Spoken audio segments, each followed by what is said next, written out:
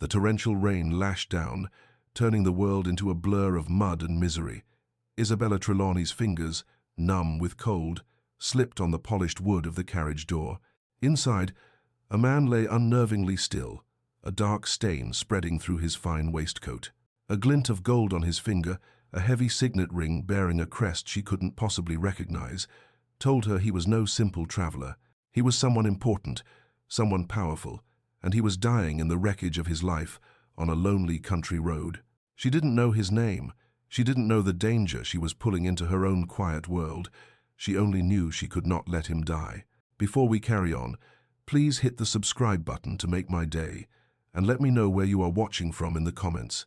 The desolate country lane had become a river of mud at twilight, the sky a bruised purple overhead, slick with a relentless, chilling rain. An opulent carriage, its black lacquer finish gleaming even under the grim light, was overturned in the ditch. One of its large wheels splintered into a useless starburst of wood. One of the two magnificent black horses lay still in the mud, its life extinguished in the chaos. The other, a powerful stallion, whickered in sheer terror, its eyes wide with panic as its leg remained hopelessly tangled in the leather harness, trapping it against its fallen companion. The air was a thick, cloying mixture of scents, the fresh, clean smell of wet earth and ozone, from the storm warring with the sharp, metallic tang of blood that promised only death. Isabella Trelawney, soaked to the bone and shivering, did not hesitate. Drawing on the deep well of practical knowledge learned from her late father, a country doctor who believed knowledge was more valuable than any dowry, she approached the terrified horse. She ignored the cold that had seeped deep into her bones and the thick, sucking mud that was ruining her only sturdy dress. Her voice was a soft, steady murmur, a counterpoint to the drumming rain. "Easy now, easy boy, you're all right. I'm here to help." Her father had taught her that a calm voice and a steady hand could soothe any beast, man or animal. The stallion's ears twitched, its frantic movements slowing as she reached out a hand, not to its head, but to its powerful shoulder, a gesture of respect. With painstaking care, her fingers, though stiff with cold, worked at the complex buckles and straps of the harness, untangling the leather and freeing the animal's trapped leg. Once the horse was free and had stumbled a safe distance away, she turned her full attention to the carriage. The door was jammed shut, its frame warped by the impact. Gritting her teeth, she put her shoulder into it, her slight frame belying a wiry strength born of a self-sufficient life. With a groan of protesting wood, the door gave way, swinging inward into the dark, cramped interior. She found him slumped on the velvet upholstery, which was now stained with rain and blood.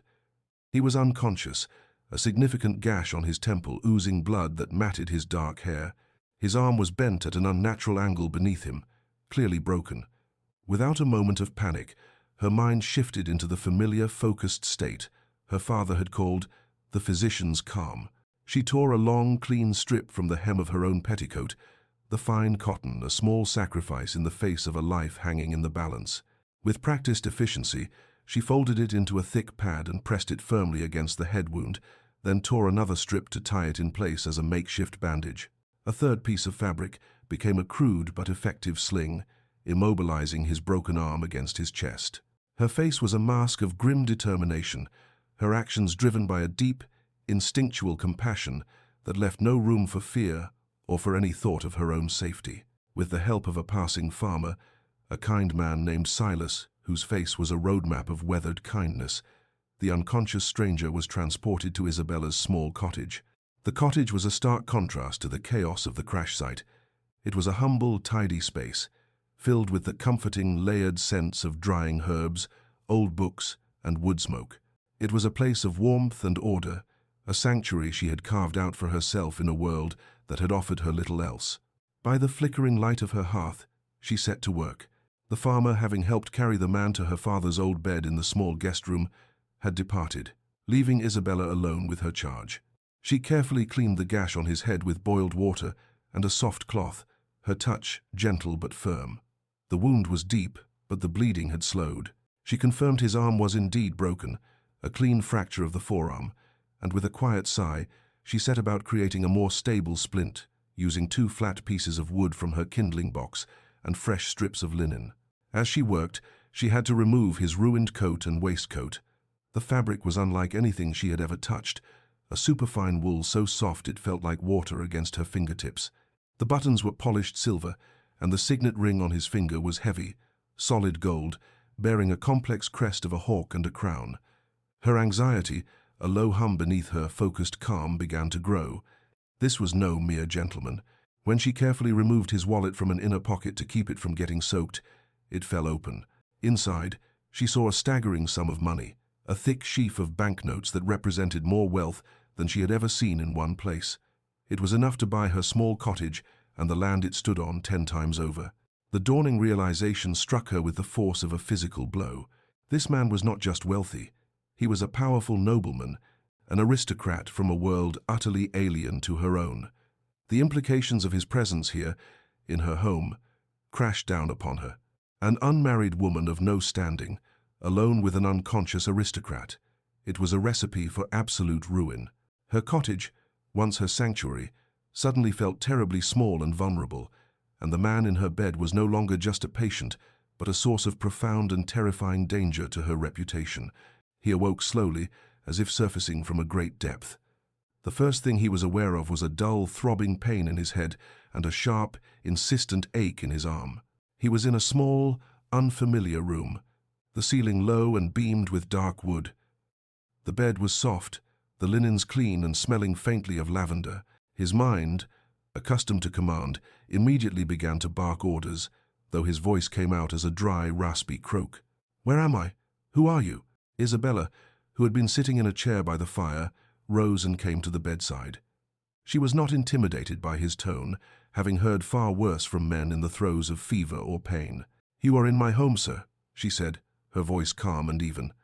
"Your carriage crashed on the old London road. You have been unconscious for several hours." Her composure, her complete lack of deference or flustered apology, seemed to surprise him more than his surroundings. He pushed himself up, wincing as his broken arm protested, and his eyes, a startlingly sharp shade of blue, took her in properly for the first time. He saw a young woman, perhaps 25, with intelligent brown eyes, a determined set to her jaw, and hands that were clearly used to work. "I am Edmund Ashbury," he stated, the name falling from his lips with the weight of expectation. He watched her face closely, waiting for the inevitable flicker of recognition, of awe or calculation. He received none. The name meant nothing to her. This fact was so astonishing that it momentarily silenced him. He, the Duke of Halewood, a name that commanded respect and opened doors throughout the entire country, was utterly unknown to his rescuer. It was then that the full gravity of his situation, from a social standpoint, settled upon him. He, a duke, had spent a night, unchaperoned, under the roof of a commoner, an unmarried woman. The potential for scandal was immense, a fire that could consume her reputation and tarnish his own. Later, propped up with pillows in a chair before the crackling fire in the main room, Edmund got straight to the point. His tone was not unkind, but it was brutally practical. The voice of a man used to solving problems with swift, decisive action. "Miss Trelawney, your selfless actions have inadvertently placed you in a deeply compromising position.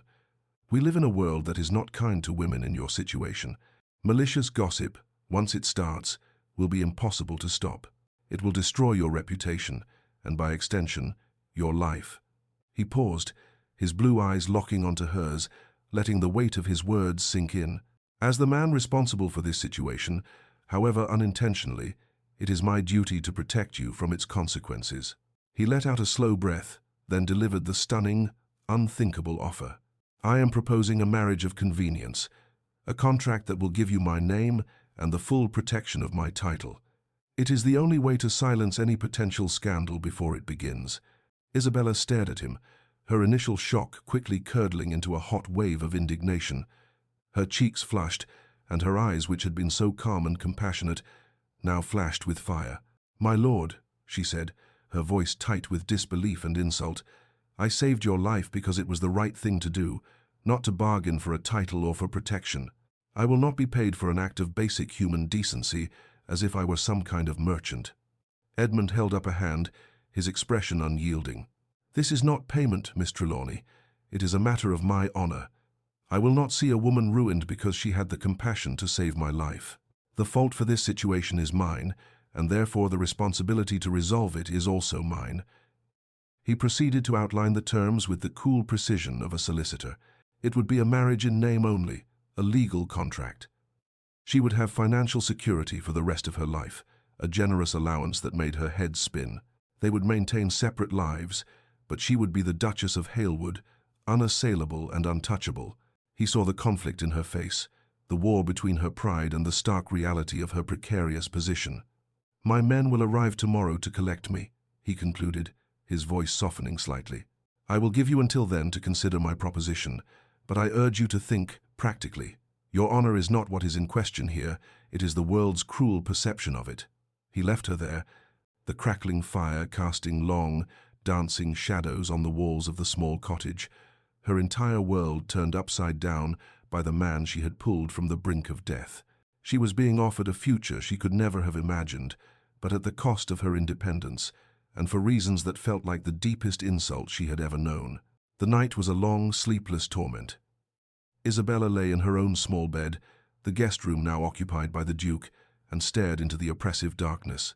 The rhythmic drumming of the rain against the thatched roof was a relentless reminder of the storm that had thrown her life into utter chaos. She weighed his incredible, insulting offer against the bleak reality of her prospects. She was a woman alone, with no family, no fortune, and a reputation as fragile as a butterfly's wing. The Duke was right. Malicious gossip, once sparked, would spread like wildfire, consuming everything she had. She would be ostracized, unemployable, a pariah. Her father's legacy, a good name and the respect of her small community, would be reduced to ashes. His proposition was a cage, but it was a gilded one, offering a security she could never otherwise dream of. Yet, the thought of being a kept woman, a duchess in name only, a decorative object purchased to settle a debt of honor, chafed at her very soul. As dawn broke, painting the sky in pale, watery shades of gray and rose, a quiet resolve settled over her. She would not be an ornament. She would not be a passive recipient of his charity. If she was to sell her independence, she would at least set her own price, and it would not be for coin. When she entered the main room, she found him already awake, dressed in clothes that, while borrowed from the farmer, still seemed to hang on his aristocratic frame with an air of authority. He looked at her, his blue eyes questioning. She met his gaze directly, her chin held high. "I will accept your proposition, Your Grace," she said, her voice clear and steady, betraying none of the turmoil that had plagued her through the night. But on one condition. A flicker of surprise crossed his face, quickly followed by a guarded curiosity. "A condition?" "Yes," she affirmed. "I will not be an ornament, a doll for you to display and then forget. I am a healer, my lord. It is all I have ever wanted to be. My father taught me, and it is in my blood. I wish to have a purpose. Therefore, my condition is this. I want full control of the estate's infirmary and the freedom to tend to your people, the staff and the tenants. I will be your duchess, but I will also be their physician." Edmund Ashbury stared at her, truly taken aback. He had expected a negotiation over her allowance, perhaps a request for a particular property or some other material gain. He had never, in his wildest imaginings, expected this. A slow smile, the first genuine smile she had seen from him, touched his lips, transforming his severe features. It made him look younger, less burdened. This was far more interesting than he had anticipated. "Agreed, Miss Trelawney," he said, his voice holding a new note of respect. "You shall have your purpose."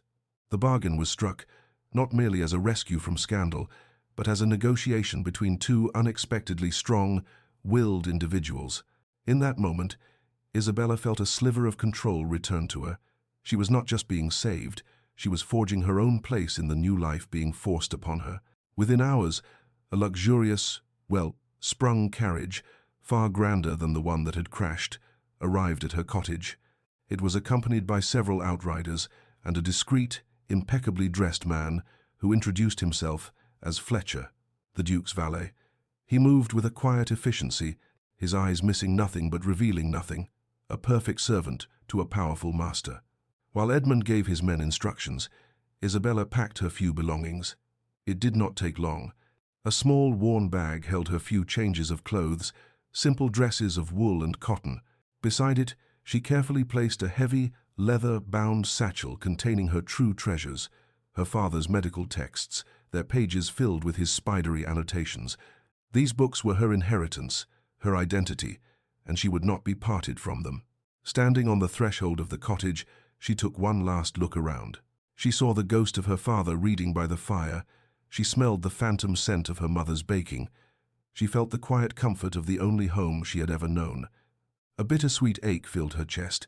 She was leaving behind a life of hardship and solitude, yet she was also leaving behind herself. As she stepped out and closed the door, she felt a profound sense of dislocation, as if she were stepping out of her own skin.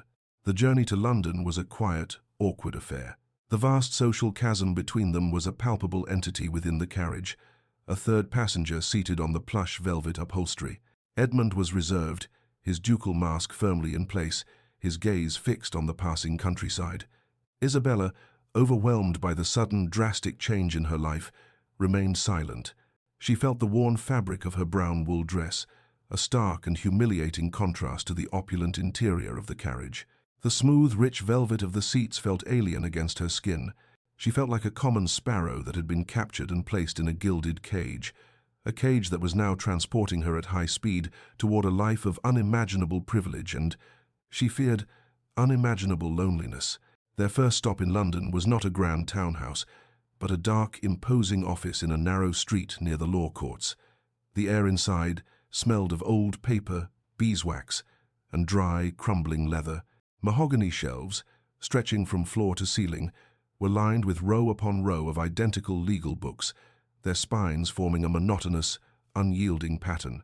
A solicitor, a dry, humorless man named Masterson, with a face like wrinkled parchment, greeted the Duke with a stiff bow and completely ignored Isabella, as if she were a piece of luggage he had brought with him.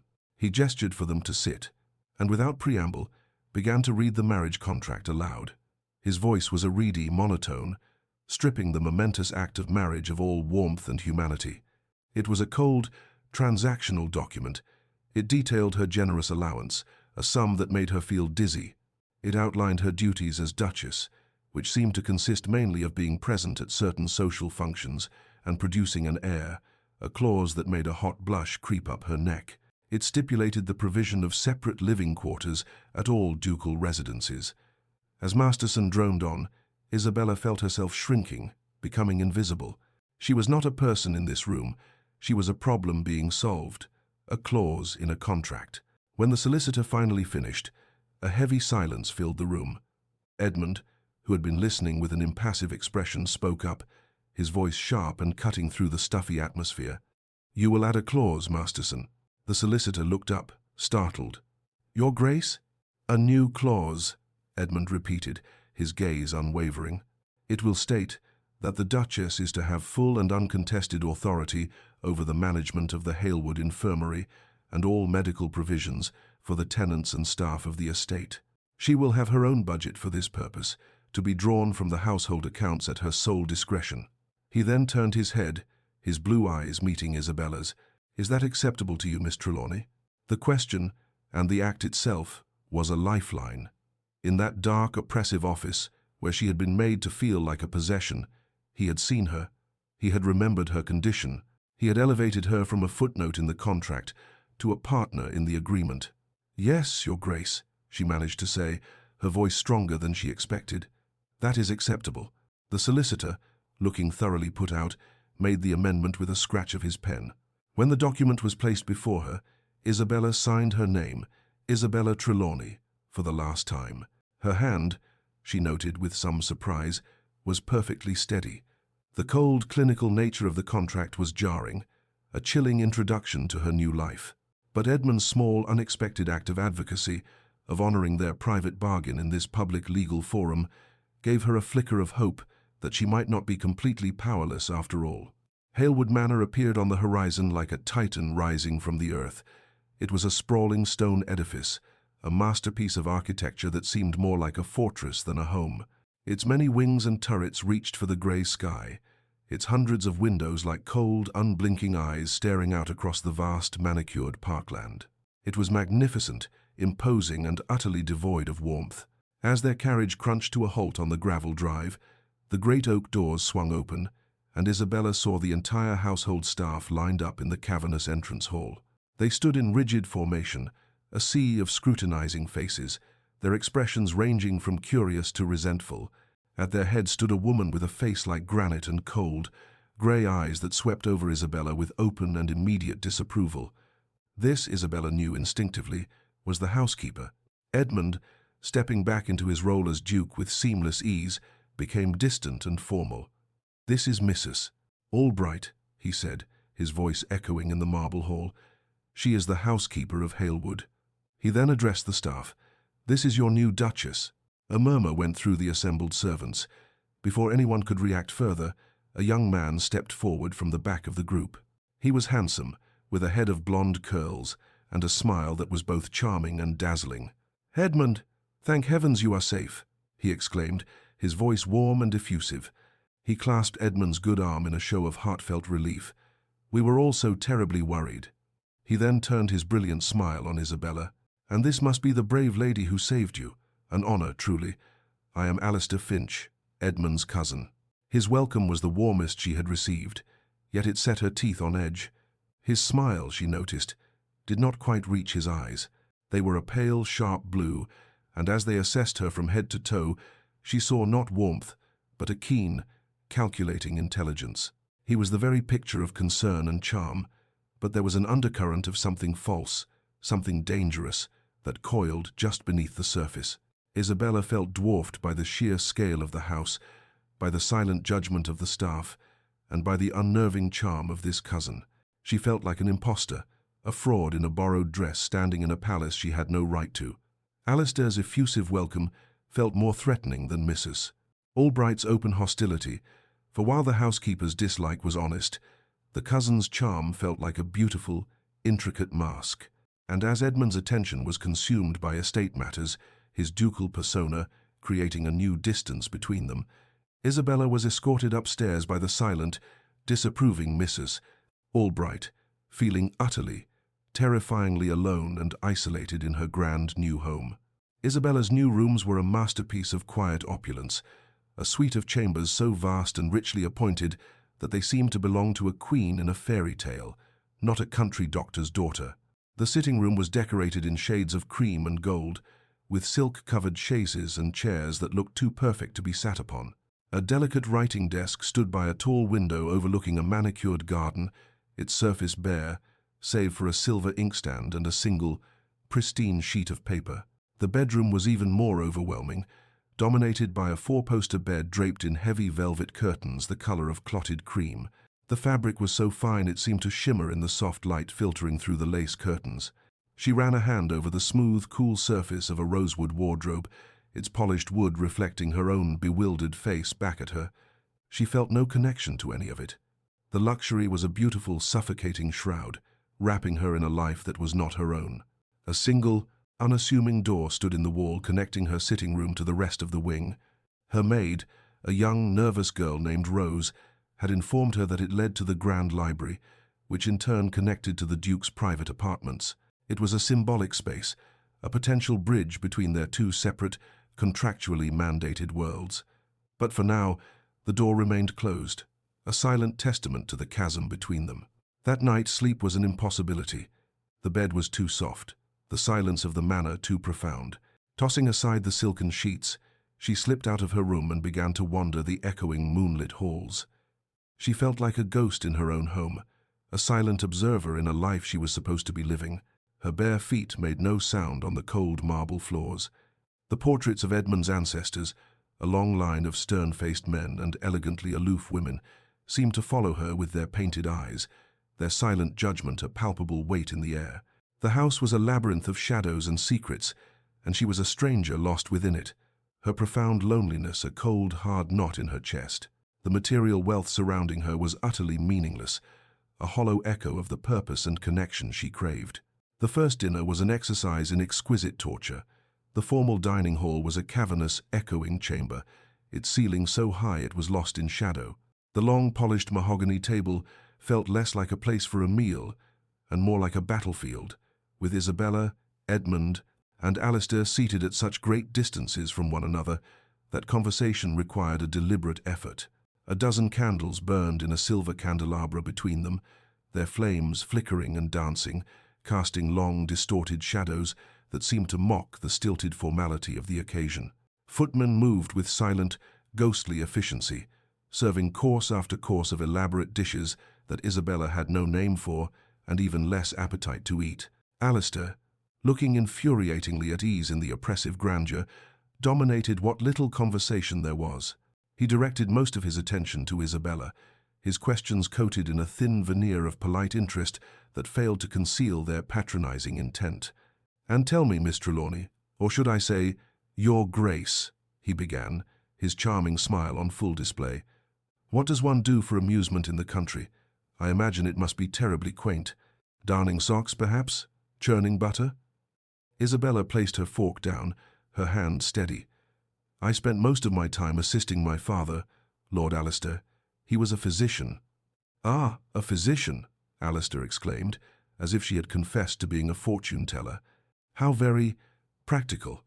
And does your medical expertise extend to animal husbandry? I hear the prize bull is looking a bit peaky." Edmund, who had been withdrawn and brooding, his gaze fixed on his wineglass, finally spoke. "That is enough, Alistair." His voice was quiet, but it cut through the room with the sharp edge of command. Alistair merely chuckled, unabashed. "Forgive me, cousin. I am simply trying to get to know our new Duchess." He took a slow sip of his wine, his pale eyes glittering in the candlelight as he looked from Edmund to Isabella. Then, with a tone of casual, almost bored observation, he dropped his bombshell. "Speaking of practical matters, such a shocking business with your carriage, Edmund. A terrible ordeal. I had Fletcher show me the axle this afternoon. A curious break. It looked for all the world as if it was nearly sawed through. A miracle it held as long as it did. Appalling workmanship these days, isn't it? The word hung in the air, heavy and venomous. Sawed. It was a deliberate, carefully chosen word, and it changed the nature of the accident entirely. The silence that followed was absolute, broken only by the faint crackle of the candles. Isabella felt a chill that had nothing to do with the draughty hall. She saw Edmund's face become a thunderous mask, his jaw tight, his knuckles white where he gripped the stem of his glass. He curtly changed the subject, inquiring about a tenant dispute on the northern edge of the estate.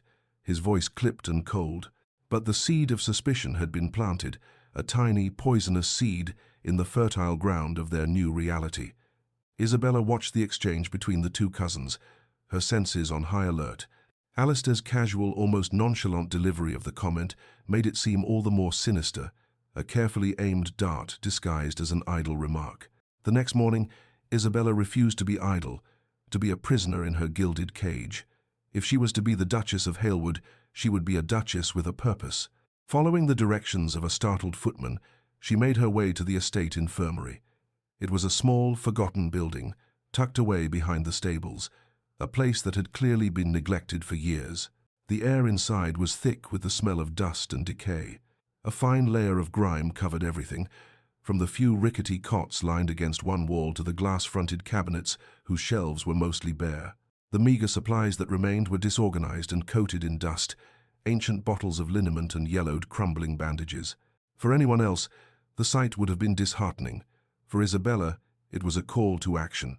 Here, in this small, dusty, forgotten room, she felt a sense of belonging that the grand manor had utterly failed to provide. This was a world she understood. Rolling up the sleeves of her simple morning dress, she set to work. She threw open the windows, letting in fresh air and sunlight to chase away the stale shadows. She swept the floors, scrubbed the cots, and began the arduous task of cleaning and organizing the cabinets. She found a small, overgrown herb garden behind the building, a treasure trove of potential remedies. Using the knowledge gleaned from her father's texts, she began to identify the plants, her fingers gently touching the leaves of feverfew, yarrow, and comfrey. Later that day, a young stable hand was brought to her, his arm laid open by a kick from a nervous colt. The boy was terrified, more of the Duke's new wife than of the wound itself. Isabella's calm, professional manner quickly soothed him. She cleaned the gash with practiced efficiency, her touch gentle, her voice a low, reassuring murmur as she stitched the skin together with a neatness that would have made her father proud. When she was finished, she applied a poultice of yarrow to prevent infection and bandaged the arm securely.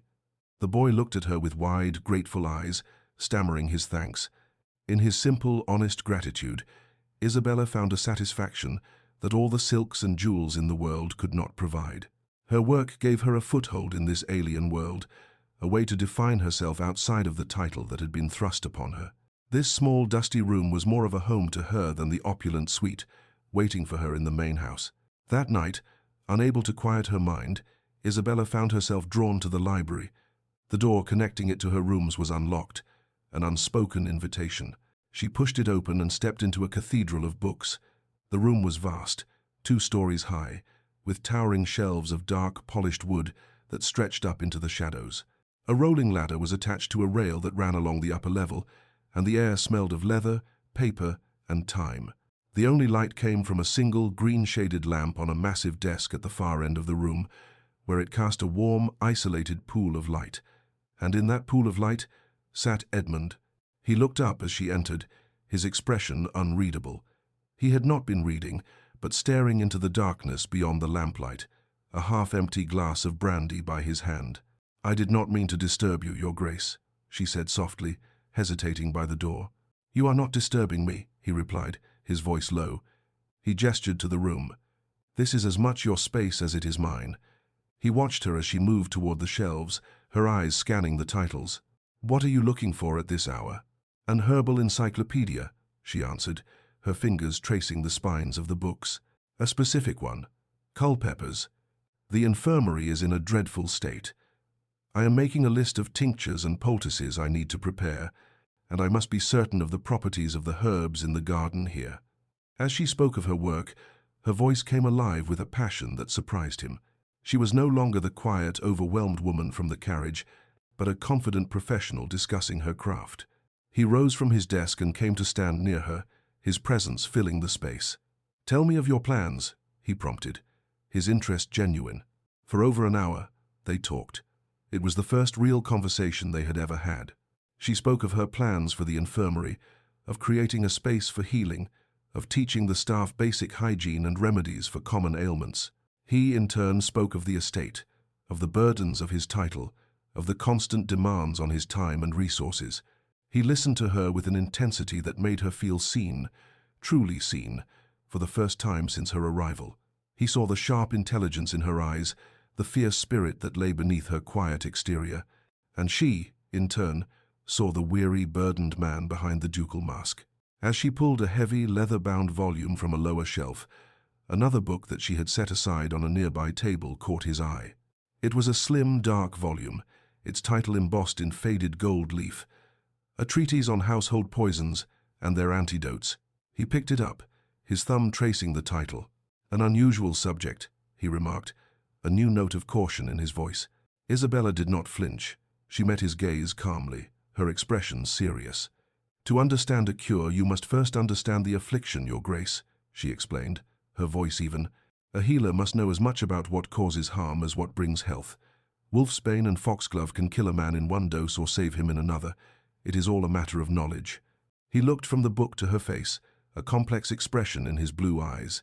The mention of poison, so soon after Alistair's comment about the sabotaged Axel, hung in the air between them, subtly weaving their growing personal connection with the burgeoning, unspoken danger. The atmosphere in the library shifted, the formal distance between them dissolving into something far more intimate and charged.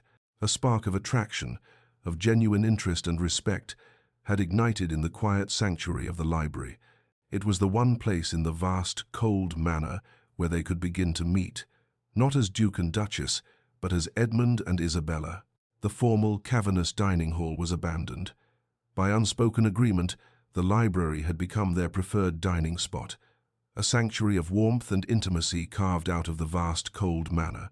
Each evening, a small table was set up near the massive fireplace, the roaring flames creating a private, golden world for just the two of them, a bubble of light against the encroaching darkness of the house and their circumstances.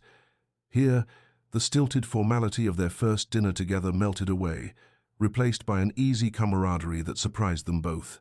The conversation, which had once been a minefield of social obligation, now flowed with a natural, unforced rhythm. He began to confide in her, the ducal mask he wore for the world slowly dissolving in the flickering firelight. One evening, as he swirled the deep red wine in his glass, he finally gave voice to the suspicion that had been haunting him.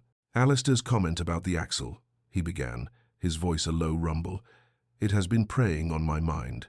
I wanted to dismiss it as idle gossip, another of his thoughtless provocations."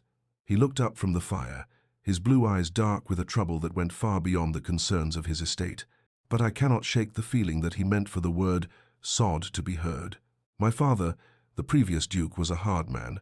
He made enemies, powerful men who felt he had wronged them in matters of business or politics. I have always feared that I have inherited their grudges along with the title." He was admitting a vulnerability she had never expected to see in him. He was not just a duke, a powerful figure of authority. He was a man who was afraid. Isabella listened, her heart aching for the weight he carried. She had become his trusted confidant, the only person in this entire fortress of a house to whom he could show his true self. She set her glass down, her mind, always practical, already working. She would not offer him empty platitudes or gentle reassurances. He was a man of action, and he would respect action in return. "Then we should not dismiss it," she said, her voice firm, pulling his gaze back to her. "Gossip and speculation are poisons of the mind, Edmund. The only antidote is truth." She leaned forward slightly, her expression earnest. "Let us seek the truth. The wreckage of the carriage must still be on the estate. Perhaps a fresh pair of eyes, my eyes, will see something the stable hands might have missed." His expression shifted, a flicker of surprise followed by a deep, profound respect. She was not shrinking from the danger, she was stepping forward to meet it with him. In that moment, she was transformed from a passive listener, a woman he was honor-bound to protect, into an active participant in the investigation, an ally. Their relationship, born of accident and obligation, was evolving into a true partnership. He was no longer just protecting her from scandal, he was trusting her with his fears, his secrets, and potentially his very life. The danger that surrounded them, instead of pushing them apart, was drawing them inexorably, powerfully, closer. "Very well," he said, a ghost of a smile touching his lips. "Tomorrow we shall go and look for the truth." The next day, on the pretense of inspecting a tenant farm on the far side of the estate, Edmund took Isabella to a dusty, disused barn where the remains of the wrecked carriage had been stored. The air inside was thick and still, smelling of old hay and decay. Sunlight streamed through gaps in the weathered wooden walls, illuminating swirling motes of dust. The carriage was a sad, broken thing, its once gleaming lacquer finish now scratched and dented, its proud frame twisted and defeated. It looked like the carcass of some great beast, slain and left to rot. While Edmund and a silent, watchful Fletcher examined the main chassis, discussing the force of the impact, Isabella's attention was drawn to the broken axle itself, which had been laid aside on a pile of old burlap sacks. Her eyes, trained by years of noticing the subtle variations in plants, the slight discoloration of a leaf, the unique pattern of a petal, were naturally drawn to small, overlooked details. She knelt in the dust, her simple grey dress immediately soiled, and ran her fingers over the jagged, splintered break in the thick wood. It was rough, as one would expect from a fracture caused by stress and impact, but as her fingers explored the edges, she felt something else. "This is not a simple fracture, Edmund," she said quietly, her voice cutting through the stillness of the barn. He and Fletcher turned, their conversation ceasing immediately. He came to her side, crouching down beside her as she pointed to a specific spot on the broken axle. "Look here," she urged, her fingertip tracing a line. "The edges here are too uniform, too clean. A break from stress would be ragged all the way through." Her finger moved to another spot, where a series of faint, parallel lines marred the wood, just beside the main fracture. "And these marks, they are shallow, but they are unmistakable. They are from a blade, a saw. Someone weakened this axle deliberately, sawing it almost all the way through, leaving just enough for it to hold for a time before snapping under pressure." The silence that followed her words was heavy and absolute. The truth, which had been a whispered suspicion, was now a hard, undeniable fact. This was a deliberate act of sabotage. The accident was an assassination attempt. The reality of the situation sank into Edmund like a stone. He had been the target of a cold, calculated murder plot, As the full weight of this knowledge settled upon him, he instinctively reached out and placed a protective hand on Isabella's back. The gesture was brief, almost unconscious, a reflex born of a sudden, overwhelming need to shield her from the danger she had just uncovered. It was a clear, unambiguous shift from the formal duty he had felt toward her to a genuine, personal care. In that dusty barn, surrounded by the wreckage of his past, they were no longer a duke and his convenient duchess. They were two people united by a shared mortal danger. A few days later, Isabella was in the formal gardens of Halewood, gathering herbs for the infirmary. The sun was warm on her back, and the air was sweet with the scent of roses and lavender. She felt a rare moment of peace as she snipped stalks of comfrey, her basket slowly filling with the green bounty of the garden. Her work in the infirmary was progressing well, and she was beginning to earn the trust and even the quiet affection of the staff and tenants she treated. Yet, as she moved along a path that bordered the dark woods at the edge of the estate, she felt a sudden, prickling sensation on the back of her neck, the distinct, unnerving feeling of being watched. She straightened up, her hand clutching her shears, and scanned the dense line of trees. She saw nothing but shifting leaves and shadows. Telling herself it was merely her imagination, heightened by the recent discovery in the barn, she turned back to her task. Just as she dismissed the feeling, a smooth voice spoke from behind her, making her jump. "My dear Isabella, you must be careful. One never knows what dangers lurk in the shadows of these old woods." It was Alistair. He had approached without a sound, his charming smile firmly in place, his pale eyes glittering with an unreadable light. He was dressed impeccably for a country walk, looking as if he had just stepped out of a fashion plate. "Lord Alistair," she said, her heart still beating a little too fast, "you startled me." "My apologies, Your Grace," he said with a slight bow, though the apology held no sincerity. "I was simply enjoying the air and saw you at your rustic hobby." He gestured expansively toward the woods as he spoke, a grand, theatrical movement. As he did so, his arm swung out and accidentally knocked her wicker basket from her grasp. It tumbled to the ground, spilling its contents onto the gravel path. "Oh, how clumsy of me," he exclaimed, his tone laced with false regret. Before she could move, his polished leather boot came down, crushing a cluster of dark green leaves and purple, hood-shaped flowers she had just collected. Isabella froze, her blood turning to ice. She recognized the crushed plant instantly. It was aconitum, more commonly known as wolfsbane, a beautiful but deadly flower, one of the most potent poisons that grew in the English countryside. Alistair's accident felt chillingly, horrifyingly deliberate. He lifted his boot, grinding the delicate petals into the gravel. "A pity," he said, his smile never wavering. "Such a pretty flower." He looked directly into her eyes, and for a fleeting second, the charming mask dropped, revealing the cold, reptilian predator beneath. But then some of the prettiest things are the most dangerous, are they not? Her suspicion of him, which had been a growing unease, now solidified into a cold, hard certainty. He was not just an unpleasant, mocking cousin. He was a threat, a direct, mortal threat. His words were a veiled warning, a boast disguised as a pleasantry. The beautiful, manicured garden, which moments before had been a place of peace and healing, suddenly felt menacing, every shadow a potential hiding place, every rustle of leaves a threat. Isabella's fear was no longer a vague, formless anxiety about an unknown enemy, but a sharp, specific dread, and it had a name: Alistair. That night, the weight of her discovery pressed down on her. The house felt more like a prison than ever, and Alistair's charming face haunted her thoughts.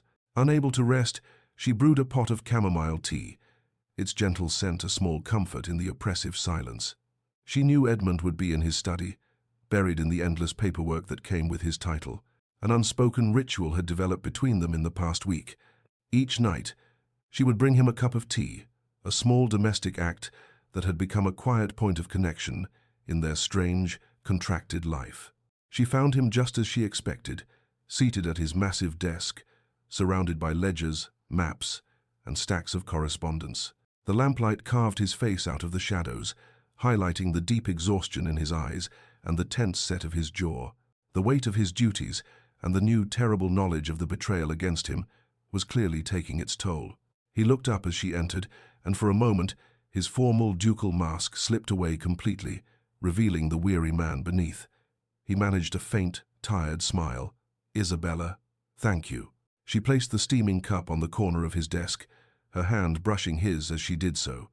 The brief contact sent a jolt of warmth through her. She saw the deep, profound exhaustion in his eyes, and her heart went out to him. He looked up at her, his gaze holding hers, and his expression softened into something raw and unguarded. "Isabella," he said, his voice uncharacteristically soft, stripped of its usual authority. "This marriage, it began as a solution to a problem, a matter of honor, nothing more." He paused, his gaze searching her face, and then he reached across the desk, his large, warm hand covering hers where it rested on the polished wood. The touch was not accidental or instinctive this time. It was deliberate, a conscious act of connection. "I find now," he continued, his voice thick with an emotion she could not name, "that I am grateful for it. Grateful for you, in ways I never anticipated. Your presence here, in this house, in my life, has become essential." This was a major turning point, a confession that went far beyond the bounds of their arrangement. He was admitting, in his own guarded, halting way, that his feelings for her were no longer about duty or honor. The physical touch, a simple holding of her hand on his desk, was electric, a current of unspoken feeling passing between them. The air in the study grew thick with everything that had not been said, with the burgeoning hope of something real and the ever-present threat of the danger that surrounded them. The line between the arrangement and a real relationship, a line they had both been so careful to observe, had been irrevocably blurred. The scene hung in that charged, silent moment, the promise of a desire neither of them had expected, and the threat of a danger that was closer than ever, hanging in perfect, tense, and breathtaking balance. Spurred to immediate decisive action, Edmund wasted no time. The quiet investigation began the very next morning, a silent, deadly current moving beneath the placid surface of the Halewood estate's daily routine. He and Fletcher, his ever-present, ever-discreet valet, became a team of two, their movements quiet and purposeful. Their focus was singular, the stable master, a man named Griggs, who had been responsible for the Duke's carriage on the day of the crash. While Edmund maintained his usual schedule, reviewing accounts and meeting with his steward to avoid raising any suspicion, Fletcher moved through the world of the servants' quarters and the local village taverns, his ears open, his questions oblique. He was a master of his craft, gathering information not through direct inquiry, but through the careful cultivation of gossip and the observation of small, telling details. It did not take long. Fletcher's network of contacts below stairs, a web of loyalty and obligation built over 2 decades of service, yielded its prize within a day. The information was simple but damning. Griggs, a man known for his love of cards and his perpetually empty pockets, had, in the week following the Duke's accident, inexplicably paid off a massive gambling debt to a notoriously ruthless moneylender in the village. It was a sum far beyond his means, a debt that should have taken him years to clear, if ever. That evening, as dusk settled over the estate, casting long shadows from the ancient oaks, Edmund sought out the stable master. He found him in the main stables, the air thick with the scent of horses, hay, and leather. Griggs was polishing a saddle, his movements jerky and nervous, his eyes constantly darting toward the stable doors. When he saw the Duke enter, a flicker of pure panic crossed his face before he masked it with a deep, obsequious bow. Edmund's fury was a cold, silent thing, far more terrifying than any shouted rage. He dismissed the other stable hands with a curt nod, and then turned his full, chilling attention on the trembling man. "Griggs," he said, his voice quiet, yet it seemed to echo in the vast, timbered space. "Fletcher tells me you have come into some money. Your debts are paid. A stroke of luck, I imagine." The stable master began to sweat, his face paling in the lantern light. I had a good run at the cards, Your Grace. Just a bit of luck, as you say." Edmund took a slow step closer, his shadow falling over the man. "Was it luck, Griggs, or was it payment for a service rendered? Payment for taking a saw to the axle of my carriage." The man crumbled. All pretense of innocence evaporated, replaced by a raw animal terror. He fell to his knees on the straw-strewn floor, his hands clasped together as if in prayer. "He said it would just break down, my lord," he sobbed, his words tumbling out in a desperate, incoherent rush. "A delay, that's all. Just to inconvenience you. I swear on my life I never meant for anyone to be hurt. He said no one would be harmed. He—" Edmund's voice was like ice. "Who is he?" "Lord Alistair," the man whispered, the name a venomous hiss in the quiet stable. "It was Lord Alistair. He paid me. He said it was just a prank, a way to vex you." The confession, though expected, landed like a physical blow. It was one thing to have unknown enemies, faceless men from his father's past.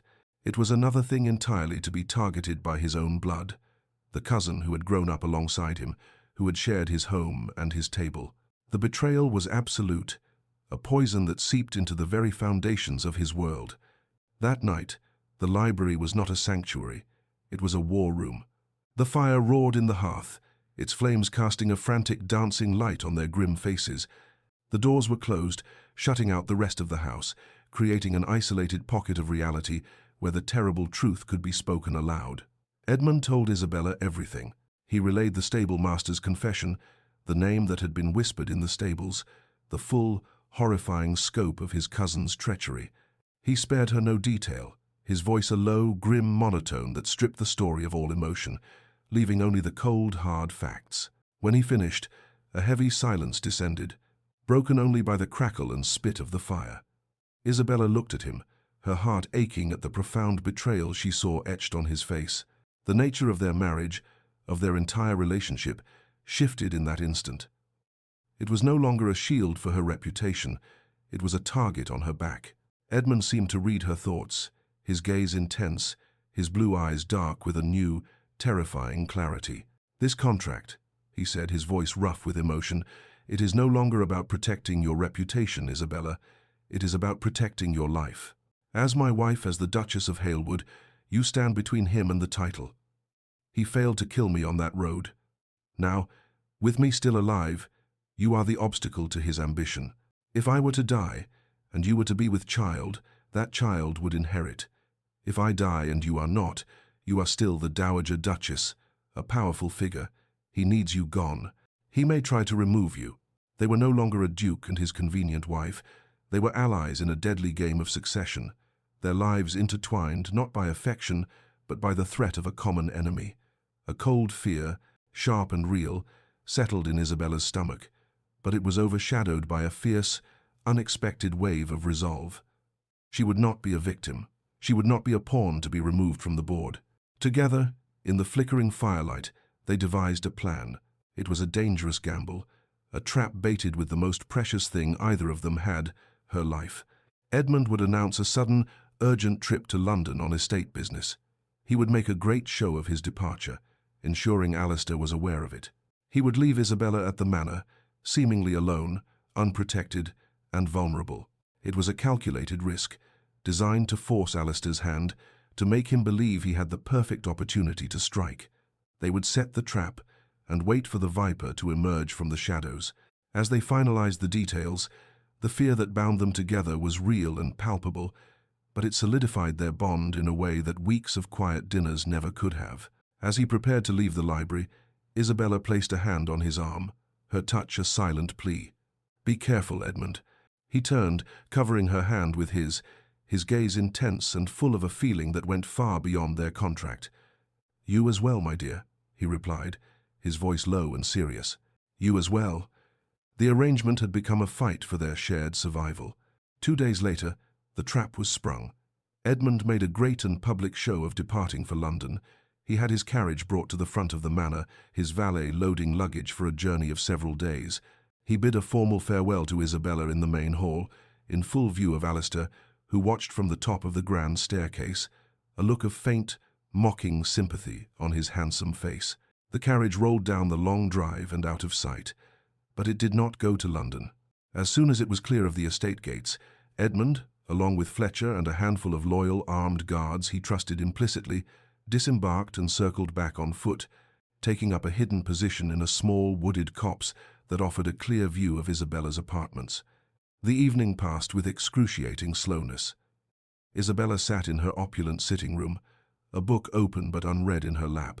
A fire burned low in the hearth, its gentle warmth doing little to chase away the chill of dread that had settled deep in her bones.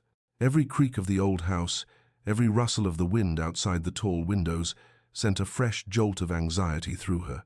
She was the bait, a lone sheep tethered to a post, waiting for the wolf to appear. At precisely 9 o'clock, there was a soft knock on her door. Her heart leaped into her throat. Rose, her maid, had been dismissed for the night. No one should have been coming to her rooms. "Come in," she called, her voice surprisingly steady. The door opened, and it was the stern housekeeper, Mrs. Albright, who entered. Her granite-like face was pale, her lips pressed into a thin, bloodless line. She carried a heavy silver tray. On it sat a single, elegant crystal glass filled with a deep red wine. "Lord Alistair sends this with his compliments, Your Grace," the housekeeper said, her voice stiff and unnatural. "He was concerned you might be feeling lonely with the Duke away. He thought you might appreciate a fine vintage to soothe your nerves." Isabella's eyes fixed on the glass, then moved to the housekeeper's face. She saw the slight, almost imperceptible tremor in the woman's hand as she held the tray. She saw the desperate, haunted look in her eyes, a silent scream for help that contradicted her formal words. Something was terribly wrong. Alistair was not acting alone. He was using the housekeeper, a woman who had served this house for 30 years, as his instrument. "Thank you, Mrs. Albright," Isabella said, her voice calm and clear. "But I find I am not thirsty this evening. You may take it away." The housekeeper's composure, already stretched to its breaking point, shattered. The silver tray clattered as she set it down on a nearby table, her hands shaking uncontrollably. "Please, Your Grace," she whispered, her voice cracking, her stern facade crumbling into a mask of pure desperation. "You must drink it, please." Tears began to stream down her weathered cheeks. "He has my son, my boy, Thomas. He is in terrible debt, gambling debts, to him. Lord Alistair holds the notes. He said he would have him thrown in debtor's prison, that he would be ruined forever unless I did this. He swore it was just a sleeping draught, that it would only make you sleep deeply until morning." At that precise moment, a shadow detached itself from the deeper shadows of an adjoining dressing room. Alistair stepped into the firelight, a cruel, triumphant sneer twisting his handsome features. The charming mask was gone, discarded like a useless prop. "It seems the little country mouse has claws after all," he said, his voice a low, reptilian hiss. He glanced at the weeping housekeeper with utter contempt. Pathetic. No matter. He dismissed her with a flick of his wrist and turned his cold, pale eyes on Isabella. The pretense of charm was gone, replaced by a naked, chilling ambition. There are, of course, more direct methods. From the inner pocket of his velvet smoking jacket, he pulled a wickedly sharp letter opener, its silver handle glinting in the firelight. He tested the point against his thumb, his smile widening as he advanced on Isabella. A tragic accident. The grieving Duchess, distraught over her husband's absence, takes her own life. It is a story the world will believe. He lunged, the letter opener held like a dagger, aimed directly at her heart. Just as he moved, the double doors to the sitting room burst open with such force that they slammed against the interior walls. Edmund stood on the threshold, his face a mask of righteous, terrible fury. He was no longer the weary man from the study or the formal duke from the hall. He was a warrior, an avenger, and in his hand he held a dueling sword, its polished steel gleaming with deadly promise. "Alistair," he roared, his voice echoing through the room like a clap of thunder, a sound of pure, righteous power. "It is over." Cornered, the last vestiges of Alistair's composure evaporated, replaced by a snarl of pure, undiluted hatred.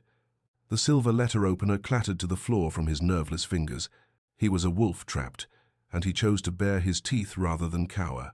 His venom, once veiled in charm and innuendo, was now directed at Edmund in a torrent of long, festering jealousy. "You never deserved any of it," he spat, his voice raw with a lifetime of resentment. "The title, Halewood, none of it. My father was the stronger one, the smarter one, but he was the second son. And you are just a pale, dutiful imitation of your own father, a shadow wearing a crown you are not fit for. It should have been mine." His confession was a pathetic, ugly thing, a torrent of entitlement from a man who believed the world owed him everything and had given him nothing. At a sharp, almost imperceptible nod from Edmund, the guards surged forward, They seized Alistair's arms, wrenching them behind his back with brutal efficiency.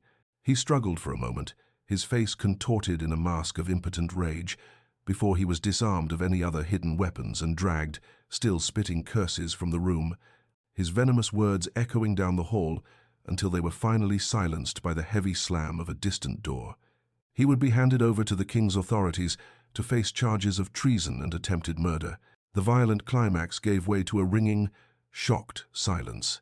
In the center of the room, Mrs. Albright was on her knees, her body racked with deep, shuddering sobs.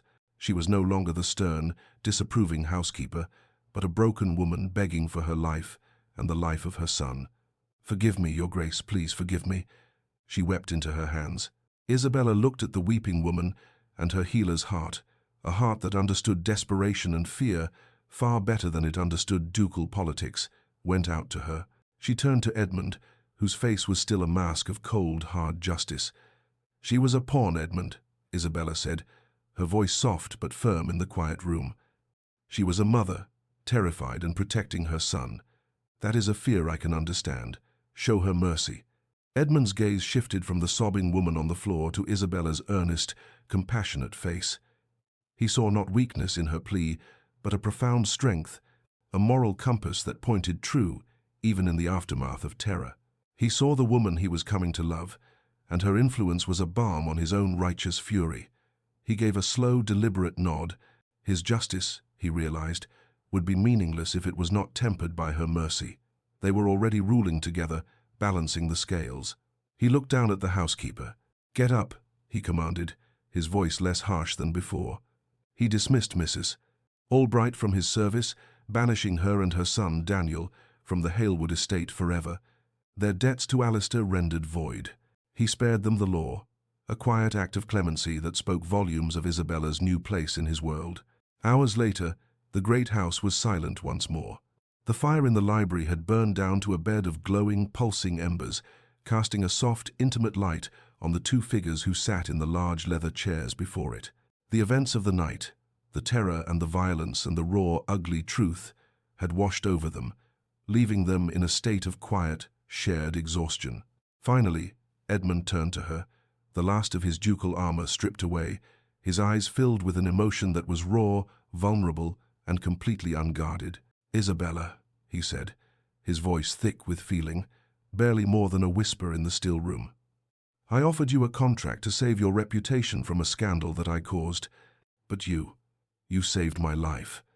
Not just once, on that muddy road, but again tonight, by being the person you are, by seeing the truth when I was blind to it." He rose from his chair and walked to the massive desk that stood in the shadows. He opened a drawer and pulled out a folded piece of parchment. He brought it back to the fire, his movements slow and deliberate. It was the original signed marriage contract. He took both of her hands in his touch warm and firm, pulling her to her feet to stand before him. "This marriage began as my duty to you," he said, his gaze never leaving hers. "But somewhere along the way, in this very room, it became the most profound privilege of my life."